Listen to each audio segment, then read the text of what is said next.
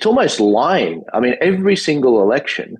You can always say, we would love to do what you guys want, but actually it's against the international treaties that we signed. They can do it with the power price. They get a regulated return, so they borrow money at 3%, get a return at 10.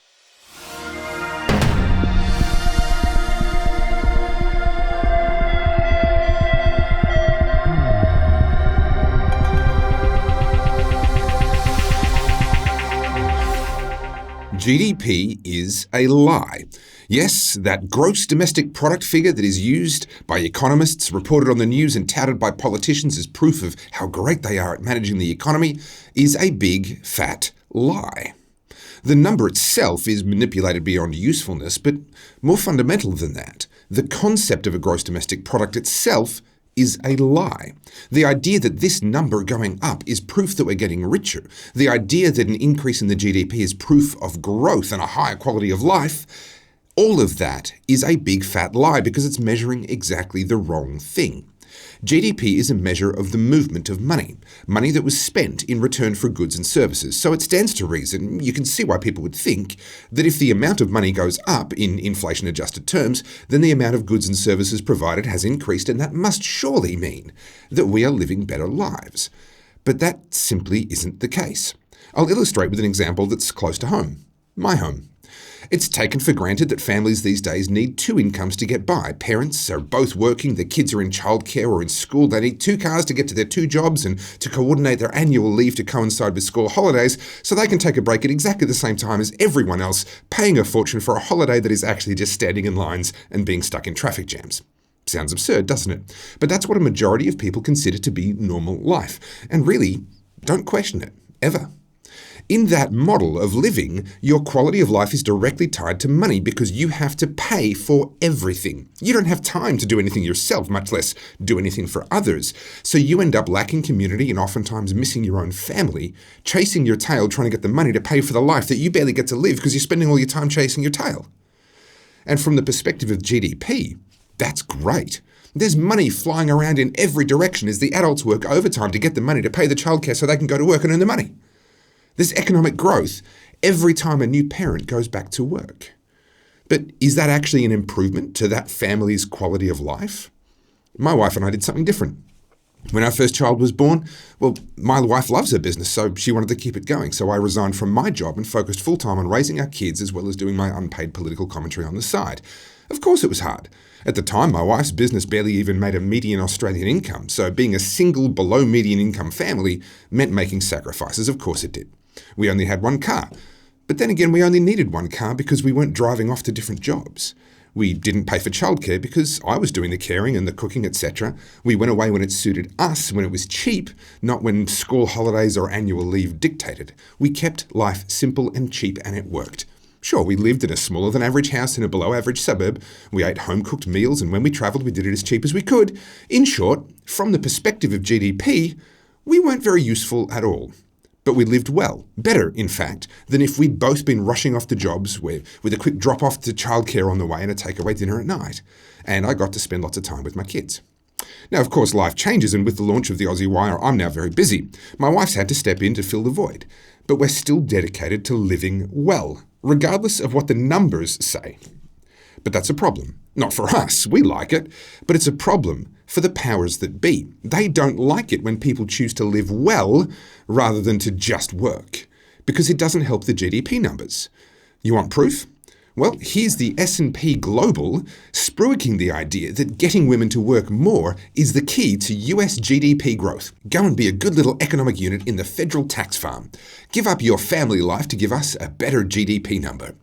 Janet Yellen, the former chair of the US Federal Reserve and US Secretary of the Treasury, says one recent study estimates that increasing the female participation rate to that of men would raise our gross domestic product by 5%. Yes, Janet, and from your perspective, with the Treasury, that's all that matters. But here's the ugly lie behind GDP.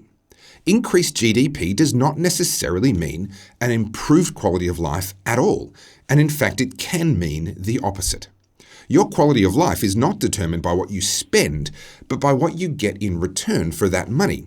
It's not the money, it's the goods and services you get in return, and those goods and services improve your quality of life whether you had to pay for them or not. i.e., even if they didn't help the GDP, they still helped you. Growing the GDP is a piece of cake. Just make a law that no one's allowed to clean their own house. Every single household now has to pay a cleaner once a week. Hey, while we're at it, let's just outlaw doing anything that you're not being paid for. Everyone must pay for a cook, a cleaner, a gardener, a childcarer, and a butt wiper. GDP would go through the roof. Money would be flying around every which way, and the economy would be growing enormously. And we would all be poorer and worse off for it.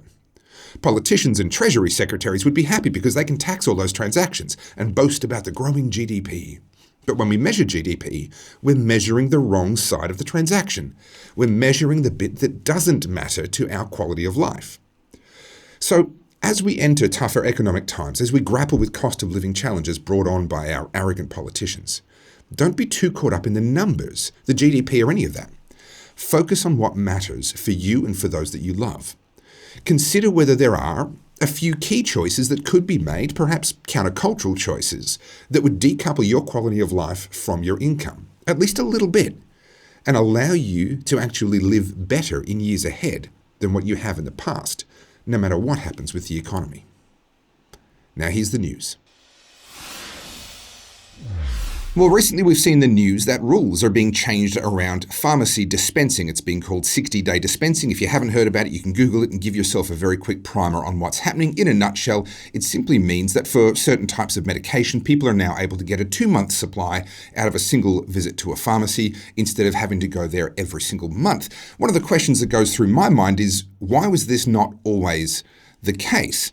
I decided I wanted to reach out to someone who understands regulated environments very well, understands business very well, and understands efficiency very, very well indeed. And my next guest here on the Aussie Wire is Steve Baxter. Steve, thank you so much for coming on. Thanks, Topher. No problems. Now, this is something that you tweeted about, which is another catalyst for me reaching out to you specifically. And you asked some great sort of semi-rhetorical questions around this. But I have to admit, I'm not on any medications, I was quite surprised that this wasn't already the case. No, look, it's probably the last sort of one of the last frustrating bastions of very obvious sort of regulation in Australia. I'm on. I just have a small malfunctioning sort of little valve in my esophagus. So I'm on this little drug called Nexium for the rest of my life, and it's fine. It's surprisingly in other countries you can buy it over the counter, and I'm usually come back from the US with a year's supply with because I hate going to the doctor and the pharmacy to get it. And the point being is I suppose there's no point. You go to the doctor and you can only get a 6-month prescription anyway. And if you beg and plead to the doctor, they can write little bits. They can write Reg 23 on it or something, so you can get that whole 6 months at once. But for the most part, like you go to the chemist and they don't want to do it. They don't want to get that. This has got like a 5-year shelf life. And literally, they want you to go back, say, buy the packet of Smarties or the perfume or something else. Yeah. Now the problem I've got with that is it's just why am I the patsy in your business model? And then when you look further, you think to yourself, well, why can't there be innovations in the way these things are dispensed or handled? Why can't I get this thing delivered, mailed to me, for God's sake? So the reality is that the pharmacy, and then when you look further into that, through the pharmacy guild and pharmacists in general, only a pharmacist can own or a pharmacist's wife can own a pharmacy, for example. I believe there's a few exceptions in there, but that's pretty well the base rule. And why is that? I mean, I can own a doctor's surgery. I can't practice in a doctor's surgery, thank God. But why can't other people own pharmacies? Why can't? There's no innovation in the business model. And when you ask for a square peg, you're going to get a square hole. So we need to change that for sure. It is quite an extraordinary area. And as you say, it's sort of this really glaring example of an industry in desperate need of reform. Now, the industry itself has come out. Many pharmacists have come out saying this is going to destroy their business. This will be the last straw for them. They won't be able to keep their pharmacy open. It's going to cost them a small fortune. I don't think they realise how that comes across to those of us on the other side of the counter, the ones that are paying them that money. We're the ones that are saving this money that they're complaining that they're losing. It just seems like a terrible own goal from a very out-of-touch industry and how they've responded to this. Yeah, I feel about as sorry for them as I felt for taxi plate owners, to be honest, because they literally, and whilst it's disappointing, a lot of small mum and dad investors had capital invested in taxi plates. But they knew what they were buying. They were buying basically the public being forced to use a really crappy service. Yeah. So I shed no tears for them at all. Maybe maybe if they don't want to go, the pharmacists, if it's all that bad, they don't want to go be taxi drivers, they could be an Uber driver. Wouldn't that be like a full circle of goodness coming back to haunt them? Well, these days, isn't the cliche you tell everyone to learn how to code? So maybe they could just learn how to code and they'll be right. Now, you've got a lot of business experience. You work across a lot of industries, particularly in tech being one of your big ones, but you also have a passion for aviation. And I find that a fascinating juxtaposition because tech would be one of the industry areas that, to my knowledge, has probably the least regulation. If you want to code and create an app and release tech products, there's not a lot of regulatory hurdles in your way that I'm aware of anyway. Aviation, on the other hand, absolutely regulated down to the nth degree, and some would say good, that's necessary, others might differ. What's your observation between the industries that you work in of the impact of regulation on the speed of innovation and the efficiency and how these industries are able to improve over time?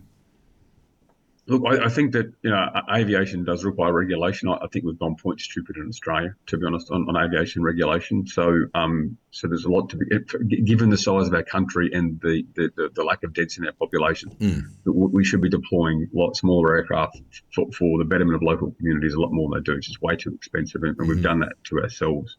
But it's really hard. People think that the more regulation, the safer it is. I've been most involved in telecommunications, and there in 1997, John Howard, they brought in they deregulated the telecoms business, I should say. And I believe it was mostly Kim Beazley legislation, but with a few changes. But that was absolutely brilliant. That actually, because before then you weren't allowed to compete against Telstra. Were they Telstra then? Yeah, they were Telstra then. They just changed from Telecom. They rebranded, yeah. So you weren't allowed to compete. You weren't allowed to go out and actually build your own infrastructure.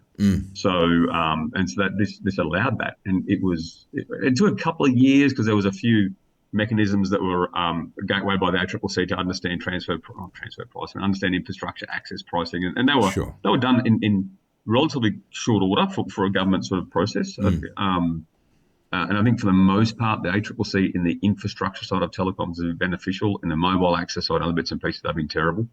But what they did there in that sort of infrastructure-based competition, so you could compete. You're allowed. It wasn't illegal to compete. So when the government got the hell out of the way, and the weird part is, it wasn't even 10 years into that program when people started crying out for an NBN. Yeah. So we were only deregulated for 10 years before we started putting the NBN back in place, and that's obviously led to just the absolute bloody debacle that's NBN. So the one really interesting thing is when you think about what entrepreneurs can do instead of government. So I spent last week up in the Northern Territory, the week before last, if this goes there next week, up in the Northern Territory fishing on the MacArthur River, which I recommend. King Ash Bay, Borroloola, beautiful. Get up there. I've been to Borroloola. It's a wonderful part of Australia. On a houseboat with 7 other grub mates, basically, but one of them took the Starlink caravan setup, 280 megabits a second. I was just, unfortunately, we could all still work. But you imagine if the government just handed Elon another $10 billion and said, mate, can you just super saturate the skies over Australia with a few more of your satellites so we get a little bit better, a little bit higher service? Yeah, it would have been done. Well, it's quite. But now we have this regulated hell that you can't. You're not allowed to compete in fixed line telecoms unless you do it in exactly the same stupid way that NBN's doing it. So it's not illegal to compete. You've just got to do it in this really inefficient way.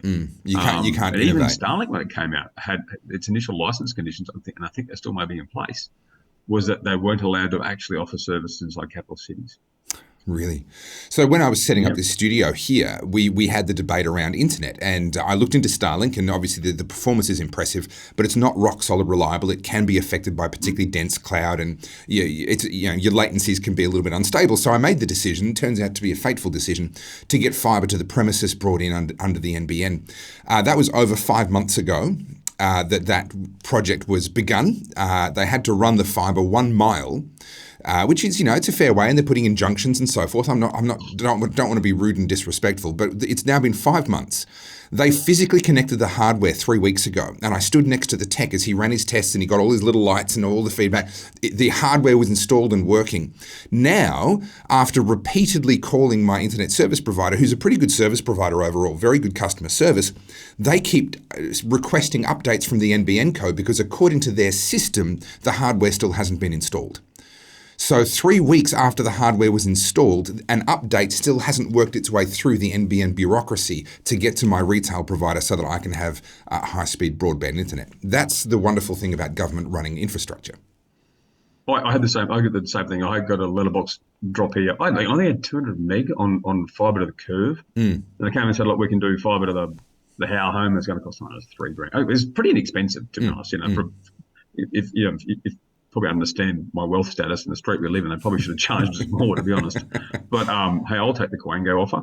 And same thing, got it in there, and I think it was about 3 weeks for me going backwards and forwards before I've got a great ISP, Aussie broadband.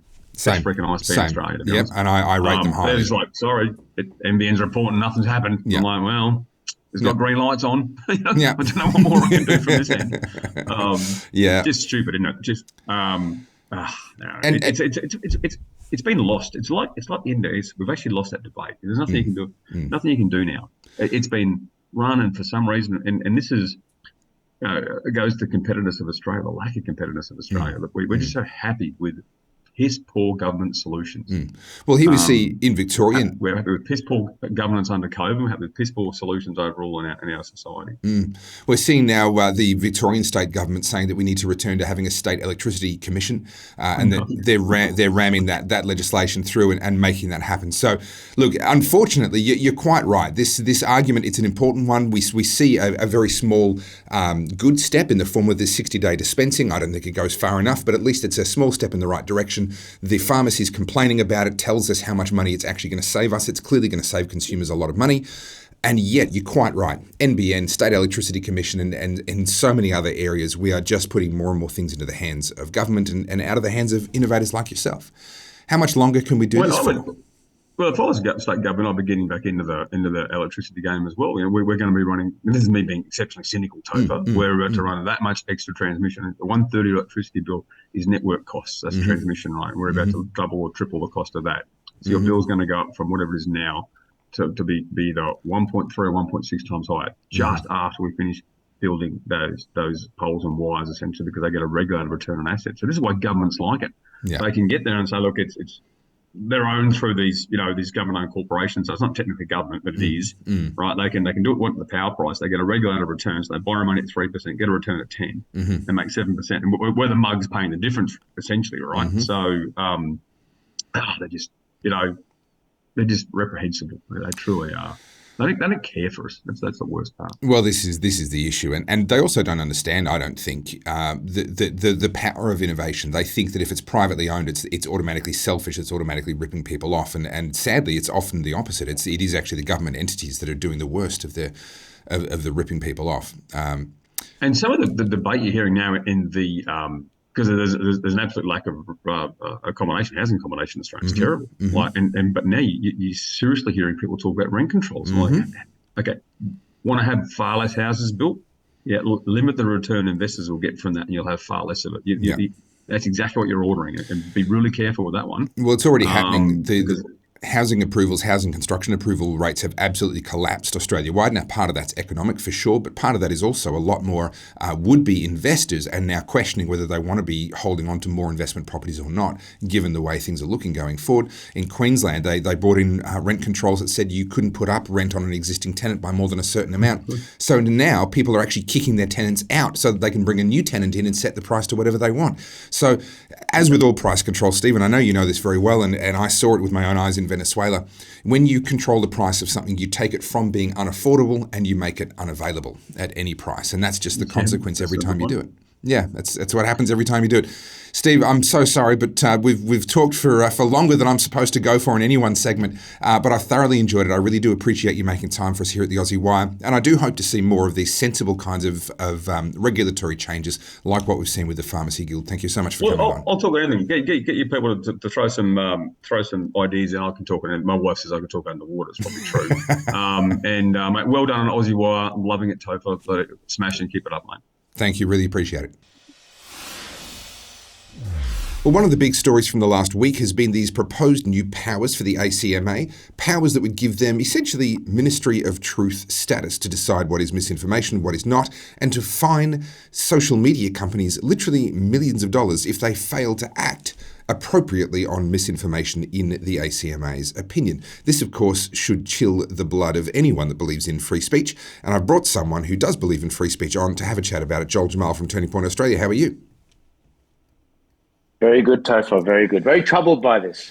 Very troubled. I have the feeling of, in movies when they have the big sort of fight at the end and you think the good guy has won and is kind of walking away and then the body of the bad guy starts twitching and they get up and they go for another round. I kind of feel like that because 10 odd years ago when Julia Gillard was Prime Minister, I was involved. I was a small part of a very big pushback against a thing called the News Media Council. This was essentially the proposed Ministry of Truth at the time. We defeated that, and I just feel like it's kind of this Frankenstein's monster that's come back to life and refuses to be killed. Why do politicians love the idea of telling us what we can and can't say so much? Oh, you got to hand it to them. They don't let up. You see this time and time again. They will just repackage it. They will come back when the landscape is a little bit more favorable, and that's when they try to come back with it. But they want to censor us because we're an inconvenience to them. The establishment has an agenda. They're rolling on that agenda, and people, free thinkers like yourself, Topher, and the other cats in our audience that you can't really herd that well, they're free thinkers. The government doesn't like that. It's an inconvenience. That's why they're constantly trying to re-educate your kids. That's why they're constantly trying to actually almost just it's almost lying. I mean, every single election, they say they're going to do things, reduce your power bills, and then that's exactly the opposite of what they do. And this is just part and parcel. This is why no one trusts politicians, and this is why people like yourself and myself have an audience. It's because we shine a light on this because the mainstream media aren't doing their job. I've said many times over the years that what I do shouldn't be possible. It shouldn't exist. And if the media were actually doing their job properly, there wouldn't be room for me to do what I do. It's only because of exactly what you say, the politicians having their own agenda and the media failing to hold them to account. I find it very telling, though, that the government has actually exempted itself from its own legislation. And so the federal governments and state governments are not bound by this so-called misinformation legislation, which is very telling because either they believe that they never spread misinformation, which is, of course, absurd if you've been paying any attention over the last few years, or they simply believe that they ought to be allowed to spread misinformation. It's rules for thee, but not for me, which is one of the definitions of a tyranny. One of the definitions, a working definition of a tyranny, is where there are rules that apply to the people and not to the government. Do you think that, or to the people in power, I should say, do you think that that's fair? Is there a level of almost dictatorial thinking happening here? Oh no, absolutely. They're using. I can't believe this is what the founding fathers were worried about, especially in America. That's why the First Amendment was to protect speech, and Second Amendment was just in case the First Amendment failed. And I think that when you look at the government doing this, they are clearly trying to shape the mind of the people because they don't like how you guys think. They're trying to educate you and from their ivory towers. But the really troubling thing, going back to it with media, is there is a conflict of interest that doesn't exist for yourself and myself. Sure.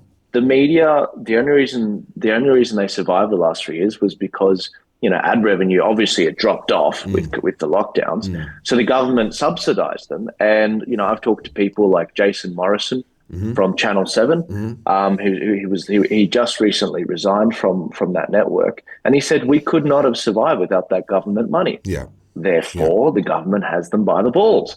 And I don't like that. I don't like that, these are the organizations that won't be the ones that get majorly hit by, ACMA, the Australian Communications and Media Authority. But instead, it'll be people like you and me that we don't have an in with the major parties. We don't have an in to actually get results done. So the real question is, what do we do? How do we combat this? Well, he's telling as well that actually professional news is actually excluded from this legislation as well. And you'd ask yourself why? If they want to control speech, why would they exclude something as important as the media? And the answer is in what you've just said. They've already got control of the mainstream media. They don't need to control them any further using legislation. What they're worried about is people like you, people like me. And I do have to wonder, where exactly are these lines drawn? The Aussie Wire is a professional outfit. We produce professional news. If we were challenged under this legislation, it would be a very interesting test case to go back in and say, no, we're actually exempted under the professional news clause. But hopefully we don't get to that point. One of the reasons why you and I love free speech so much is because we love ideas and the contest of ideas, and we appreciate ideas even if we don't necessarily agree with them. We can entertain them, we can consider the implications, we can compare them against other ideas and then come to our conclusions. Someone who is coming to Australia and is going to push a lot of people's ideas and cause them to test their ideas, and a lot of people aren't going to like him, is Donald Trump Jr. Now, Turning Point Australia, your employer, is actually bringing him out here. It's not far away now, is it?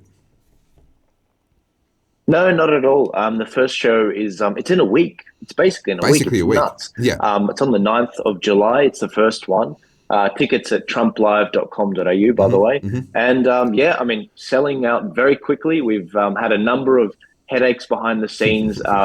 Police, as you may have heard from Senator Alex Antic, trying to intimidate the venues. Melbourne has been nuts with venues, absolutely crazy. But no, look, everyone's snatching up those tickets. And I mean, it'll be the only place to see Donald Trump Jr. in Australia at that time. And I'm looking forward to seeing, you know, what effect he has on the media and on the left wing and on Australia's Twitter. And so get your popcorn, guys. It's going to be good fun, and get your tickets. Look, I've sold everything and just bought shares in popcorn companies because I reckon they're going to have record sales in Australia over the next 2 weeks. That's not investment advice, by the way. That's don't go and do that. But the Aussie Wire are a sponsor of the tour, and I'm going to be there with front row seats to see the whole circus unfold. I'm not a culture war warrior. I'm not a conservative. I'm not a Donald Trump Jr. I'm a libertarian. But I'm going to excuse me. I'm going to thoroughly enjoy watching him explain his ideas and fight for his ideas and argue for his ideas. And I'll be testing my ideas against him and enjoying that iron sharpens iron experience. And I'd encourage anyone that wants to come along, go to trumplive.com.au and get your tickets. I believe the VIP tickets are all now completely sold out. VIP, backstage pass, and I think the dinner tickets are gone as well. So pretty much everything except general admission. Well, here at the Aussie Wire, we actually gave away 6 VIP tickets. They've all been given away. We've got no more to give. Everything's been allocated. So if you've missed out on the VIP tickets, you need to jump on and just get a general entry ticket as quick as you can. Joel, I look forward to hanging out with you and the whole Turning Point Australia team for a couple of days, not this coming weekend, but the weekend after. Thank you so much for coming on the Aussie Wire, and let's see if we can defeat this awful ACMA legislation. Thanks for having me. God bless you, Topher. Cheers, you too. Recently, we've seen footage out of the UK showing that members of the ruling party, staffers of the ruling party during COVID, were actually actively, knowingly, willfully breaking COVID rules. This is something we've seen in Australia as well, of course, but this is clearly not a problem confined to Australia, as this recent video shows. My guest today is Alex Story. He's a UK political commentator, former Olympic rower, and someone that we received amazing feedback on last time we had you on, Alex. People saying they didn't want the interview to end. The longer it went for, the better it got. So it's my absolute pleasure to have you back on the Aussie Wire here today, Alex.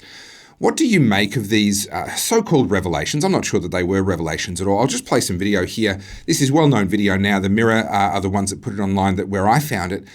This is very well-known video of young staffers playing, having fun during COVID restrictions when they were breaking the rules, and they say in this video that they knew they were breaking the rules. What is the average person to make of this? I think the first thing we can say about Conservative Party members is that they don't dance very well, but that's not a surprise to anyone either. I mean, one of the things we've also got to say is that the same is true of the Labour Party. We have footage of Keir Starmer, the the leader of the opposition in the United Kingdom, doing something quite similar. We also have it in Austria. I mean, because I live in Austria. Austria is a small country in Central Europe. And we had the ruling party organizing an Oscar for itself during COVID lockdown. We also have video footage of Sanna Marin in Finland going to nightclubs, snorting an enormous amount of coke, despite the fact that one of her staffers had actually tested for COVID, still going to nightclubs. And because she was a female leader in a socialist party, the entire world defended her. It's a little bit like Black Lives Matter going out, breaching COVID rules and regulation. It doesn't matter because the cause was right. That's right. Of course, what's happening there, and this is a really important thing, and this I like to talk about schematics sometimes. What we have is a world of principles and a world of expediency. We have a ruling class that has moved away from principles and it goes for expediency. What that means is that they do the things they want to do without constraints, because they realize that there is no fight back. And the reason for this is because democracy, the ballot box, is no longer relevant as far as they're concerned. Right. They think, and they realize that they're quite right in the short term, if they push something through and people are against it, it doesn't matter because they can use the power of the state to coerce people into following their diktats, whether they make sense or not, or whether you and I are protected by ancient constitutional rights matters not a jot. They do not care. What they do not want is constraints. And what we've got to try and do is remind ourselves that morality, which is essentially the bedrock of principles, is what we have to reestablish. And we have to bring these guys back into a state of principles that means constitutional rights, and it means essentially morality. There is a right and there is a wrong. And if you're wrong, you need to be able to pay the price for your wrongdoing. Now, you've been following politics for quite some time. You've been very, very active for a number of years now.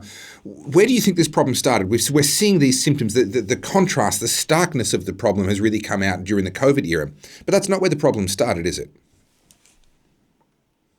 Well, I think it started a while back. In the United Kingdom, I think the beginning of the problem started when we signed up to the European Communities Act in 1972, because essentially what happens there was that you can see that in the act, it's a very short act, we subordinate the British Parliaments to the European Commission. In other words, what we're stating is that the British Parliament is no longer sovereign. So we've stripped the population of Britain from its actual vote, and we've said from now on, we have theatre.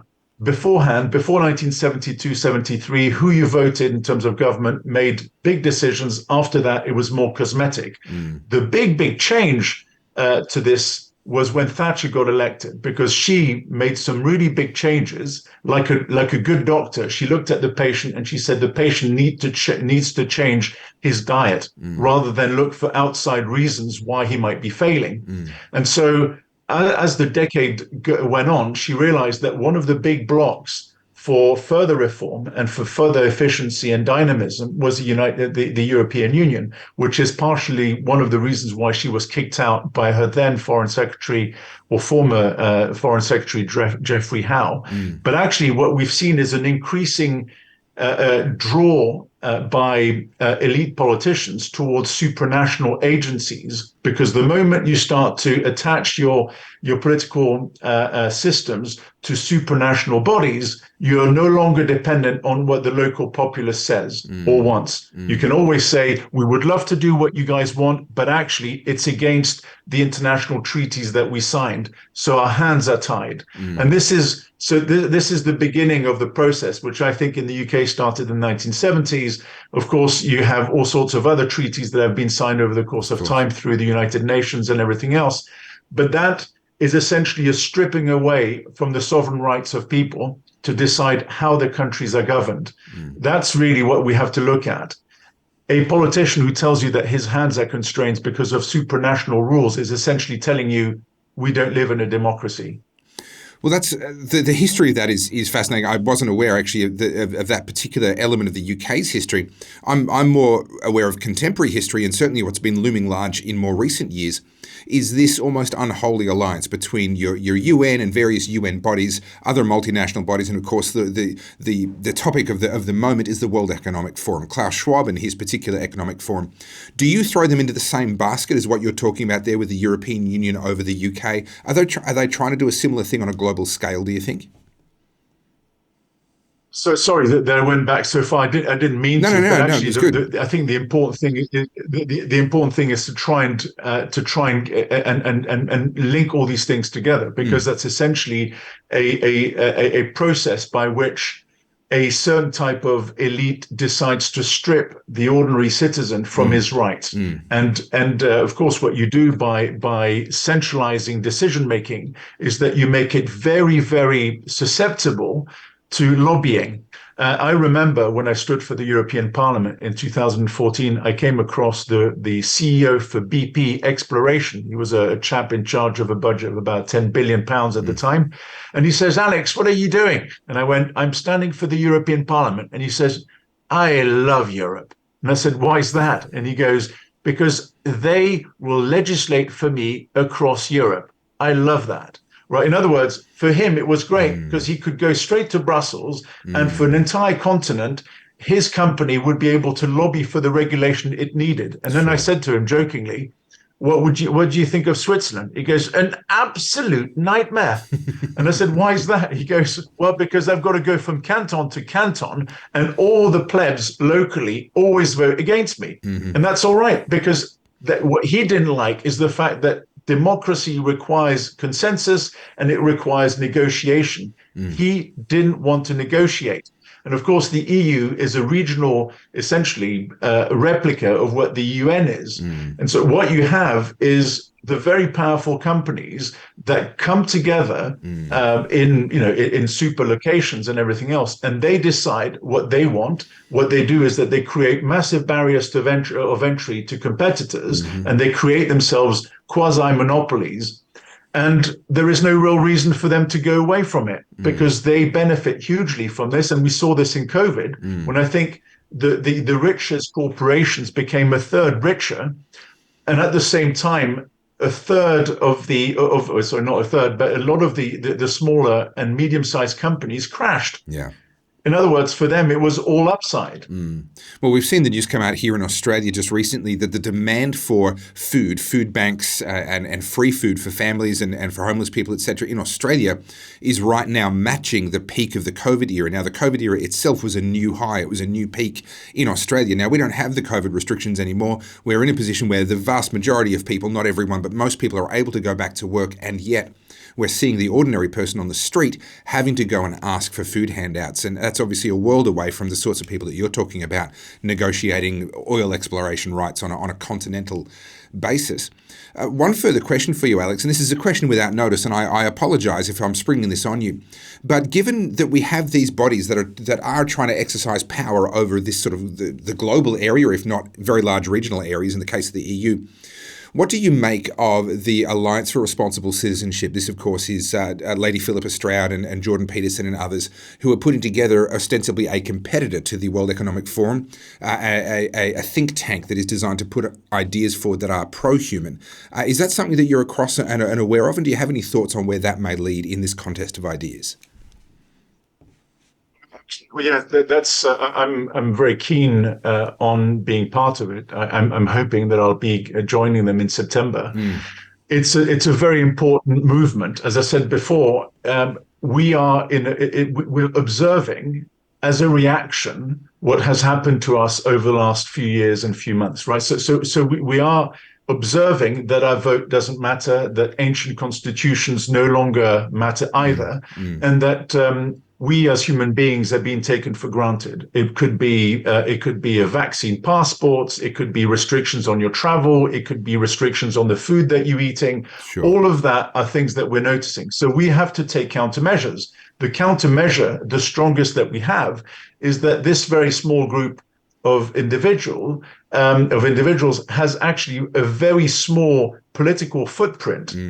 It's not supported by many people. What we have on our side is the vastness of humanity, and so the Association of Responsible Citizenship is an attempt to remind people that together we can be extremely strong. And unlike communists and socialists, we're not seeking to divide. What we're trying to remind people is that they have an inherent value, and that their voices ought to be heard. So the Association of Responsible Citizenry is not a political statement. It's not about rising or lowering taxes. It's really about reminding people that they have inherent value. If we can get people to start thinking in this way and create resistance nodes wherever we are, I think there's a good chance that we might be able to win, or at least topple this giant with clay feet. I love the Wizard of Oz analogy. I think of it often. It certainly was the case here in Australia with COVID. As soon as you saw behind the curtain, everything became completely ridiculous. And I suspect the same is going to be true of the World Economic Forum and Klaus Schwab and a lot of these paper tigers that they've created in our minds. I'll actually be in the UK for the inaugural ARC event in October, November. And hopefully I'll see you there, Alex, and look forward to catching up with you. But for now, thank you so much for joining us here on the Aussie Wire. Thank you so much. Cheers. Thanks for watching the Aussie Wire News. You can support us by becoming an insider, where you'll receive giveaways, exclusive content, and more. And you'll be financially supporting us so we can keep bringing you truth, freedom, and hope. Catch up on past episodes at theaussiewire.com and be sure to join our email list. We release new episodes every Tuesday and Thursday at 4 p.m. Thanks for watching. I'm Topher Field, and this is the Aussie Wire.